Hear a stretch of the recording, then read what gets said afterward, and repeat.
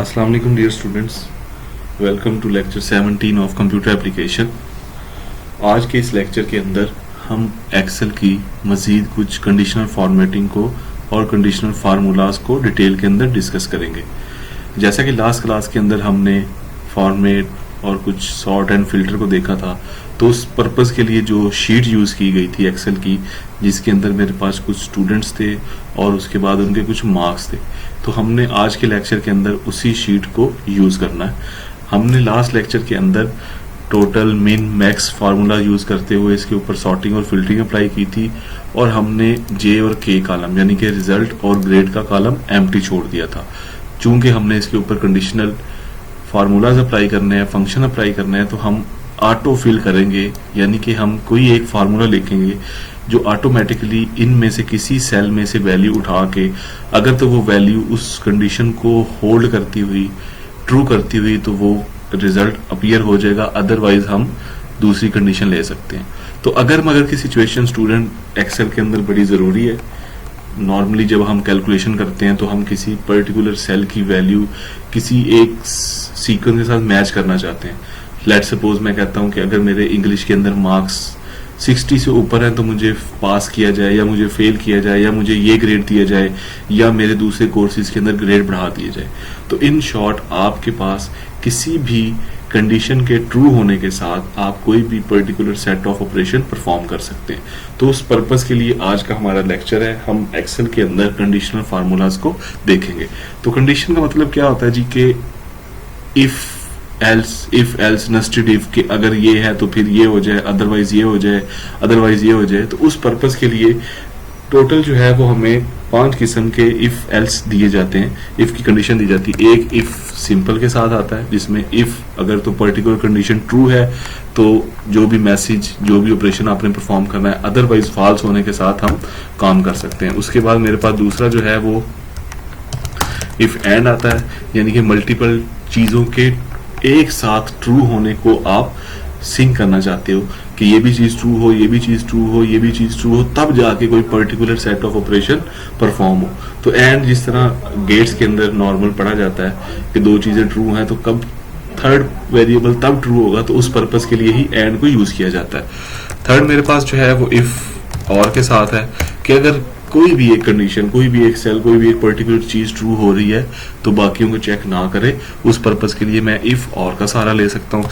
इसी तरह मेरे पास जो है वो इफ की कंडीशन होती है कि अगर नेस्टेड इफ इसको कहते हैं, कि अगर ये हो नहीं तो फिर ये हो, नहीं तो फिर ये हो, तो मल्टीपल इफ एल्स यूज कर सकते हैं। इसको हम नेस्टेड इफ कहते हैं। Nested means if with in if. And last मेरे पास जो है वो इफ नॉट के साथ आता है। तो ये कुछ पर्टिकुलर कंडीशंस हैं जो बेसिकली हम आज के लेक्चर के अंदर अपने डाटा के ऊपर अप्लाई करेंगे। तो सिंपल हम इफ को देख लेते हैं। आपको पता है कि फॉर एग्जांपल मैं अपने इस सेल D13 के अंदर जो है वो पर्टिकुलर वैल्यू देता हूँ। फॉर एग्जांपल मैं कहता हूँ जी मेरे पास यहाँ पे 60 पड़ी हुई है। अब आप कहते हैं कि अगर तो आपकी वैल्यू 60 से बड़ी है किसी पर्टिकुलर सेट के अंदर, सेल के अंदर, तो आप उसको पास कर दें, यस कर दें, जो भी आपने मैसेज प्रिंट करवाना है। और अगर ये कंडीशन ट्रू नहीं है, यानी कि उस सेल के अंदर वैल्यूज के अलावा कोई पड़ी हुई है, तो फिर आपने क्या मैसेज प्रिंट करवाना है। तो उसके लिए हमारे पास इज इक्वल टू इफ, उसके बाद ब्रैकेट, ओपनिंग ब्रैकेट, पैरेंथेसिस। अब आप देखें नीचे भी आपको शो हो रहा है लॉजिकल टेस्ट। लॉजिकल टेस्ट का मतलब ये है कि आप कौन सी पर्टिकुलर कंडीशन अप्लाई करना चाहते हैं। फॉर एग्जाम्पल हमने D13 की बात की थी, या सिंपली आप इस सेल पे क्लिक करें तो आपके पास D13 आ गया। हम कहते हैं कि D13 की वैल्यू ग्रेटर देन 60 हो। उसके बाद क्या होना चाहिए, कॉमा डाल के अब value if true, it means कि अगर D13 के अंदर वैल्यू 16 से बड़ी पड़ी हुई, 16 से बड़ी या 16 के बराबर, लेट सपोज हम उसको देना चाहते हैं, तो या 16 से बड़ी कर लें, तो मैं कहता हूं कि वो मुझे पास कर दे। तो पास के लिए मैं डबल कोट्स का सहारा लूंगा। डबल कोट स्टूडेंट्स इंटर के साथ शिफ्ट प्रेस करके आप जो है वो कॉलन सेमी डबल कोट्स जो है वो ऐड कर सकते हैं। कीबोर्ड पे एंटर के साथ उसकी की है। उसके बाद कॉमा डाल के वैल्यू इफ फॉल्स, यानी कि इस पर्टिकुलर कंडीशन के फॉल्स होने पे आप क्या ऑपरेशन परफॉर्म करना चाहते हैं। तो उसके लिए हम कहते हैं जी कि फेल हो, तो हमने उसको फेल कर दिया और उसके बाद ब्रैकेट क्लोज और इसको एंटर प्रेस किया, तो आप देखें कि उसने हमें फेल मैसेज प्रिंट करवा दिया। अब इसका क्या फायदा है, हमने क्योंकि 60 के बराबर रखा था, अगर 60 से ग्रेटर रखा था, अगर हम 60 के बराबर भी करते तो तब ये पास आता। लेट्स सपोज मैं इसको 61 कर देता हूँ या 65 कर देता हूँ, तो आप देखें जैसे ही मैंने 65 किया ऑटोमेटिकली मेरा ई सेल के अंदर पास का ऑप्शन अपीयर हो गया। तो ये स्टूडेंट सिंपल फार्मूला है पास फेल। अगर आप कहते हैं कि नहीं सर मैंने पास नहीं करवाना, मैं कहता हूं कि अगर D13 के अंदर 60 से ज्यादा मार्क्स हैं तो वो बेसिकली वो मार्क्स 60 में से माइनस करके मुझे शो करवा दे कि कितने मार्क्स 60 से ज्यादा है। तो वो कंडीशन बेसिकली आपकी है, जिस तरह की भी आप कंडीशन अप्लाई करना चाहते हैं सेल के ट्रू होने पे।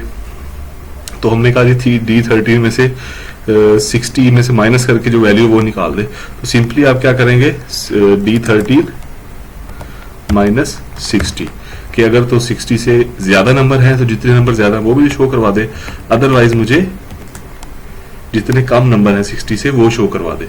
या हम कहते हैं कि दूसरी कंडीशन होने के साथ मैं फेल शो करवाना चाहता हूं तो चले मैं फेल करवा सकता हूं, उसमें कोई इशू नहीं है। तो सिंपली जो है वो एंटर प्रेस करेंगे तो आप देखें कि मेरे पास 60 से ऊपर जो थे वो 5 नंबर एक्स्ट्रा है, तो उसने मुझे 5 शो करवा दी। लेट्स सपोज मैं इसको 87 कर देते हैं हम,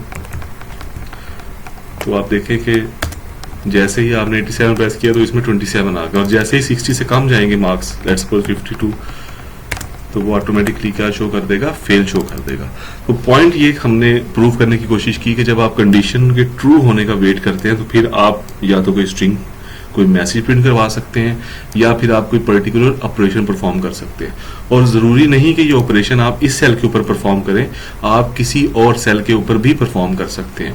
आप कहते हैं कि अगर D13 के अंदर 60 से ज्यादा नंबर हैं तो फॉर एग्जांपल C3 के अंदर वो नंबर ऐड कर दें, तो आप यहाँ पे C3 सेल का रेफरेंस देके उसको भी कर सकते हैं। तो ये बेसिकली सिंपल मेरे पास इफ की कंडीशन थी, इफ एल्स इसकी आप प्रैक्टिस कर सकते हैं किसी एक कंडीशन के ट्रू होने के साथ। नेक्स्ट हमारे पास जो है वो बेसिकली इफ एंड है। कंडीशनल फॉर्मेटिंग के अंदर इफ एंड का जो सहारा है, कंडीशन का मतलब ये है कि हम इफ लगा रहे हैं, लेकिन एंड क्या कहता है, एंड ये कहता है कि आप एक से ज्यादा सेल्स के ऊपर कोई एक पर्टिकुलर कंडीशन अप्लाई करना चाहते हैं या ज्यादा कंडीशन अप्लाई करना चाहते हैं। फॉर एग्जांपल हमारे पास कंप्यूटर एप्लीकेशन, इंग्लिश और इलेक्टिव कोर्स, ये 3 कोर्स के मार्क्स हैं। मैं कंडीशन देता हूं कि अगर इनमें से किसी एक सेल के अंदर भी मेरे मार्क्स 50 से कम हैं तो मेरा रिजल्ट जो है वो फेल आना चाहिए। दोबारा से मैं रिपीट कर देता हूं, मैं कहता हूं कि अगर मेरे पास इन 3 कोर्सेज के अंदर किसी एक सेल के अंदर भी, किसी एक का मतलब ये है कि तीनों को चेक करेगा, तो जब आप एक से ज्यादा सेल के ऊपर फॉर्मेटिंग अप्लाई कर रहे हैं, कंडीशन लगा रहे हैं, तो फिर हम इफ एंड का सहारा लेते हैं। तो हमने कहा जी कि किसी एक के अंदर भी अगर मार्क्स 50 से कम है तो fail, otherwise pass. It means कि वो 50 से ज्यादा ही होंगे। अपना फार्मूला लिखते हैं, इज इक्वल टू आगे इफ के बाद ओपनिंग ब्रैकेट और उसके बाद एंड का कीवर्ड, एंड के कीवर्ड के बाद फिर ओपनिंग ब्रैकेट। और आप देख रहे हैं कि ओपनिंग ब्रैकेट के पास बेसिकली हम लॉजिक, मल्टीपल लॉजिक्स अप्लाई करना चाहते हैं। तो मैं कह रहा हूं कि अगर मेरे पास इनमें से किसी एक सेल के अंदर 50 से लेस मार्क्स हैं तो फेल हो जाए, अगर 50 से ऊपर मार्क्स हैं तो पास होने चाहिए। तो इसका पर्पस ये मतलब ये हुआ कि मुझे इन 3 सेल्स के ऊपर कंडीशन लगानी है। C3 के ऊपर अलग से लगानी है, D3 के ऊपर अलग से लगानी है और E3 के ऊपर अलग से लगानी है। तो मैं क्या करूंगा, मैं सिंपली उस सेल को सिलेक्ट करूंगा जिसके ऊपर मैंने कंडीशन अप्लाई करनी है। तो मैंने लिखा कि इफ एंड का मतलब यह है कि मैं मल्टीपल सेल्स के एक साथ ट्रू होने की कंडीशन चाह रहा हूं। तो मैं कहता हूं कि if and C3 is greater than 50, ठीक है जी, एक सेल, उसके बाद कॉमा डाला, कॉमा डालेंगे तो आप देखेंगे कि साथ ही लॉजिकल 2 आ गया। उसके बाद मैं कहता हूं कि दूसरा सेल यानी कि D3 अगर उसकी भी वैल्यू 50 से ग्रेटर है, ठीक है, कॉमा डाल के तीसरा सेल E3 की वैल्यू भी अगर 50 से ग्रेटर है, तो ये 3 सेल आगे, प्लस आप अनगिनत सेल कंडीशन एंड के अंदर अप्लाई कर सकते हैं। इसका मतलब ये होगा कि C3 के अंदर भी 50 से ज्यादा, D3 के अंदर 50 से ज्यादा और E3 के अंदर 50 से ज्यादा। अगर इनमें से कोई एक चीज भी ट्रू, कोई एक चीज भी फॉल्स होती है तो फिर आपकी फॉल्स वाली चल जाएगी, ठीक है जी। तो हम क्या कहते हैं जी कि D3, C3, D3 और D3 के अंदर 50 से ज्यादा होना चाहिए। तब क्या आना चाहिए, वैल्यू इफ ट्रू। अगर ये कंडीशन ट्रू होती है तो फिर क्या आएगा, पास, अदरवाइज क्या आएगा, फेल। और उसके बाद जो है वो हमारा फार्मूला कंप्लीट हो गया। अब उसके बाद आप देख रहे हैं कि हमने एंड पे पैरेंथेसिस नहीं डाली, आपको समझ नहीं आ रही एक पैरेंथेसिस डलेगी दो डलेंगी, तो उसके लिए आपको परेशान होने की जरूरत नहीं है। फॉर्चुनेटली एक्सेल आपके लिए ये काम करता है। जब आप फार्मूला कंप्लीट कर लें, अपनी कंडीशंस फुलफिल कर लें, उसके बाद सिंपल एंटर प्रेस करें, तो वो सिंपली आपको एक विंडो अपीयर करेगा जिसमें वो कह रहा है कि आपके फार्मूला के अंदर टाइपो है और हमने इसको ठीक करने की कोशिश की है, आपने इस करेक्शन को एक्सेप्ट करना है, यस कर दें। आपको ये फार्मूला भी नजर आ रहा है जो इसने करेक्ट कर दिया, सिंपली यस पे क्लिक किया तो आप देखिए यहाँ पे फेल आ गया। अब यहाँ पे फेल क्यों आया? क्योंकि इस इलेक्टिव कोर्स के अंदर यानी कि E3 के अंदर वैल्यू 50 से लेस पड़ी हुई थी और हमारी कंडीशन भी ये कहती है कि अगर किसी भी एक सेल के अंदर कंडीशन ये फुलफिल नहीं हो रही तो फिर फेल आना चाहिए। ठीक है, हम सिंपली इसको जो है वो ड्रैग ड्रॉप करके फिल हैंडल यूज करते अपने सारे सेल के ऊपर अप्लाई कर देंगे। तो आप देख रहे हैं कि सिर्फ एक ही सेल है जिसके अंदर वैल्यू जो है वो क्या पड़ी हुई है, तीनों में 50 से ज्यादा पड़ी हुई है। इसमें भी 50 से कम है, इसमें भी कम है, इसमें भी कम है, इसमें भी कम है। लेट्स सपोज हम इसको जो है वो ये भी फेल है, इसकी वैल्यू 52 कर देते हैं, तो आप देखेंगे इसका साथ स्टेटस चेंज होगा। तो फेल का मतलब ये है, सॉरी इफ एंड का मतलब ये है कि आप एक से ज्यादा सेल के ऊपर कंडीशन के ट्रू होने का वेट कर रहे हो, तीनों मिल के जो है वो आपको एक कलेक्टिव सा रिजल्ट देंगे। उसके बाद हम कहते हैं जी इफ और का मतलब क्या होता है?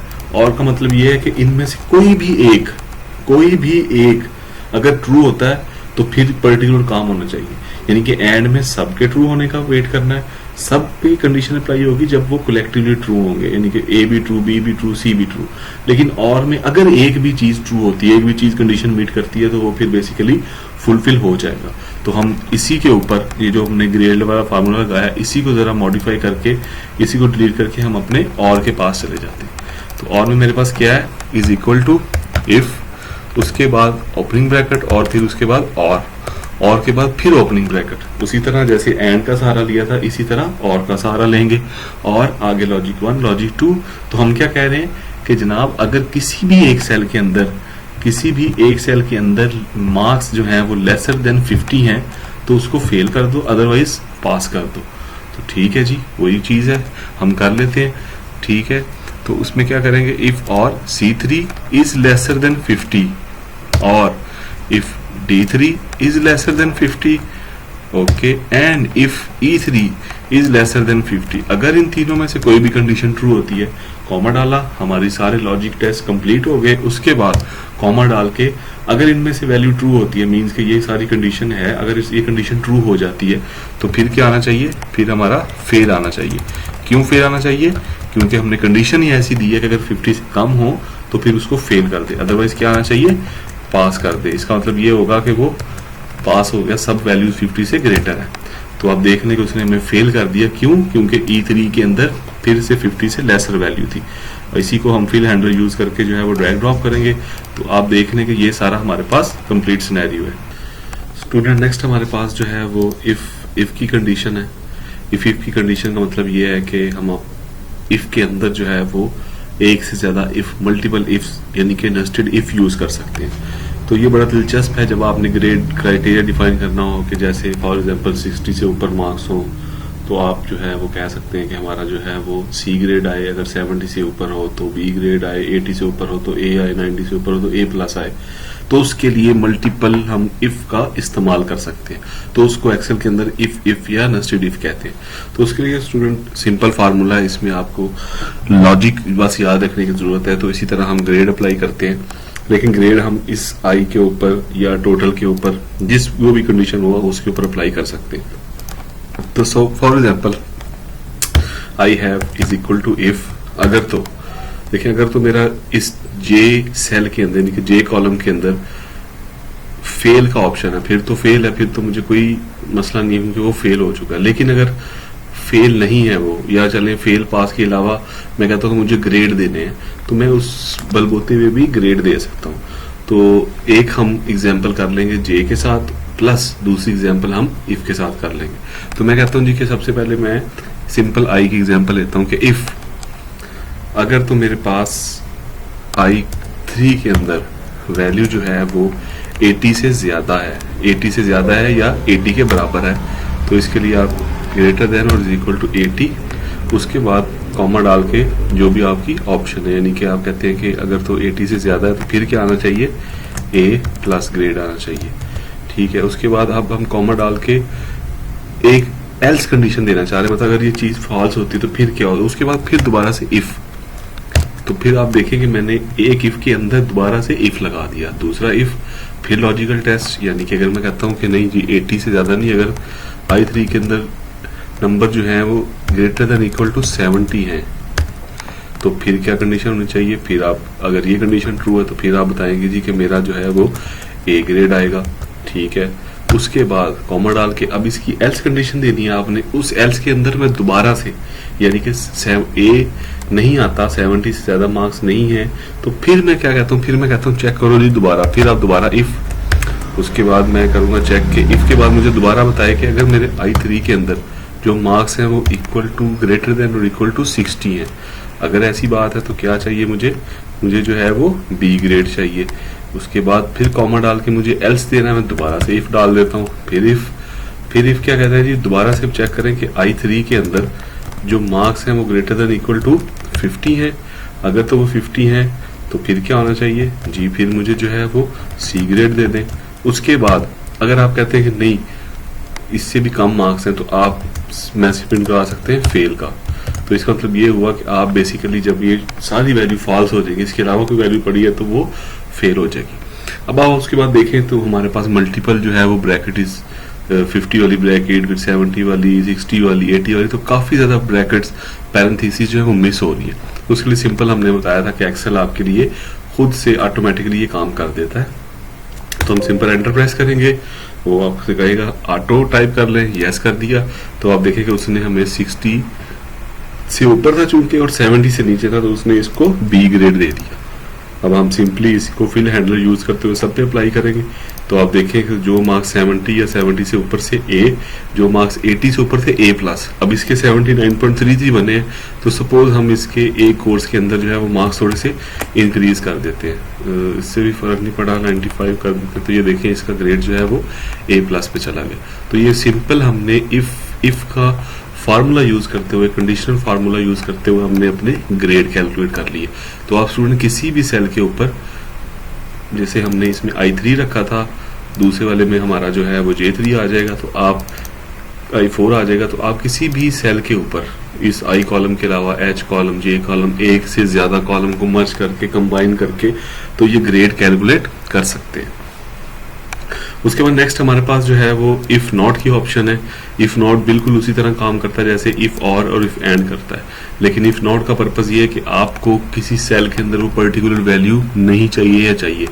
और दूसरी बात स्टूडेंट, आप ये सारे जो कनेक्टिव्स हैं एंड और नॉट, ये बेसिकली आप एक से ज्यादा टाइम एक ही सेंटेंस के अंदर या एक ही इफ कंडीशन के अंदर यूज कर सकते हैं। जैसे फॉर एग्जांपल इफ नॉट या ये वैल्यू या ये वैल्यू, इन दोनों में से कोई वैल्यू नहीं है तो फिर क्या होना चाहिए, तो एंड और या और नॉट और ये एक साथ यूज कर सकते हैं आप। तो सपोज इस तरह हम कहते हैं किसी सेल को ले लेते हैं, हम इसके अंदर जो मेरे पास 52 वैल्यू है इसको हम 60 कर लेते हैं लेट से, और हम नॉट का फार्मूला अप्लाई करते हैं। तो नॉट के लिए मेरे पास इज इक्वल टू इफ, उसके बाद मैं कहता हूँ जी नॉट के बाद, अब नॉट का मतलब क्या है कि जो चीज आप लिखे कंडीशन उसका रिवर्स होना चाहिए। मतलब लॉजिकल टेस्ट जो आप कंडीशन देते हैं उसको आप निगेट करते हैं। तो फॉर एग्जांपल मैं कहता हूँ नॉट इफ नॉट, अब कंडीशन क्या है मेरी कि D13 के अंदर, D17 सॉरी ये हमारा सेल है, तो D17 के अंदर अब वैल्यू अगर तो ग्रेटर देन लेट सपोज 60 है, ग्रेटर देन 60 है तो फिर क्या होना चाहिए, फिर आप ये कंडीशन बंद करेंगे, नॉट वाली भी दो पैरेंथेसिस आएंगी। क्यों, एक आपकी D17 वाली सेल वाली और एक नॉट वाली, यानी कि ये पूरी कंडीशन अब आपकी एक लॉजिकल कंडीशन बनी है। फिर कॉमा डाल के आप बताएंगे कि आपको क्या चाहिए जी, आप बताएंगे अगर 60 से ग्रेटर मार्क्स नहीं है, कंडीशन को आपने दोबारा से गौर करना है, D17 इज ग्रेटर देन 60 ये कंडीशन और उसके साथ निगेशन अगर नहीं है तो फेल, अदरवाइज पास, या ओके नॉट ओके और ओके।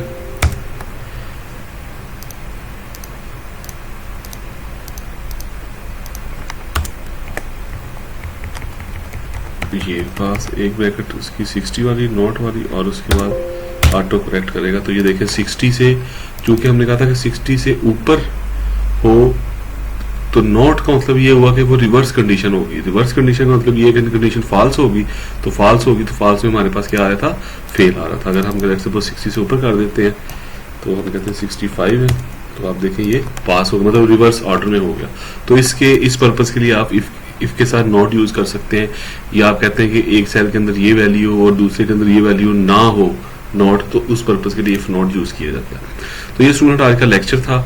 इसके अंदर हमने कंडीशनल फार्मूलाज इफ की डिफरेंट फॉर्म्स पढ़ी, कैसे आप जो है वो एक सेल के ऊपर या मल्टीपल सेल के ऊपर 2-3 सेल को कंबाइन करके, जैसे फॉर एग्जांपल मैं कहता हूँ कि if this cell plus this cell plus this cell is not equal to, is greater than, is lesser than, equal to whatever, जो भी वैल्यू आप देना चाहते हैं, अगर वो वैल्यू नहीं मिल रही तो आप कोई मैसेज प्रिंट करवाना चाहते हैं, कोई कैलकुलेशन करना चाहते हैं जैसे हमने की, तो ये बेसिकली कंडीशनल फार्मूलाज के अंदर अप्लाई होता है। तो आप इसकी प्रैक्टिस करें। नेक्स्ट क्लास के अंदर हम जो है वो मजीद अपने डाटा टाइप्स को डिस्कस करेंगे।